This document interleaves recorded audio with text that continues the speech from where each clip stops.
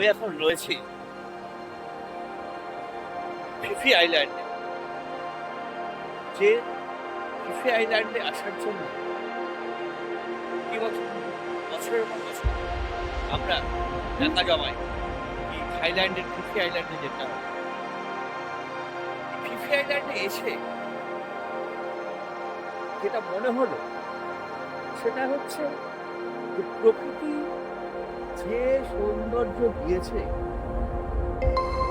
সেই সৌন্দর্যকে কিভাবে ব্যবহার করে পর্যটক টানতে হবে তা থাইল্যান্ড শিখে গিয়েছে। ঢেউ নেই সমুদ্র তেমন, অথচ সেইখানে কিন্তু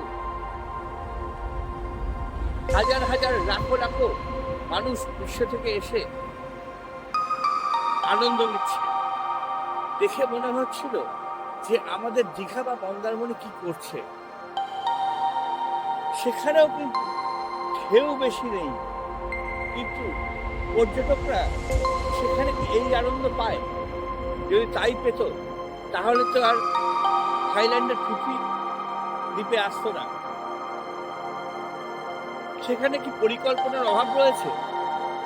এই প্রসঙ্গেই যেটা এসে যাচ্ছে সেটা হচ্ছে যে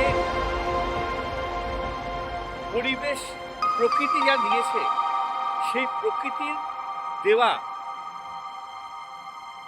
সেটাকে কিভাবে ব্যবহার করা যায়, পর্যটক টানা যায়, তা থাইল্যান্ড দেখিয়ে দিয়েছে। যা অন্যান্য দেশ আমরা তো ছেড়েই দিলাম, পারিনি। এটা দুর্ভাগ্য বা অন্য কিছু।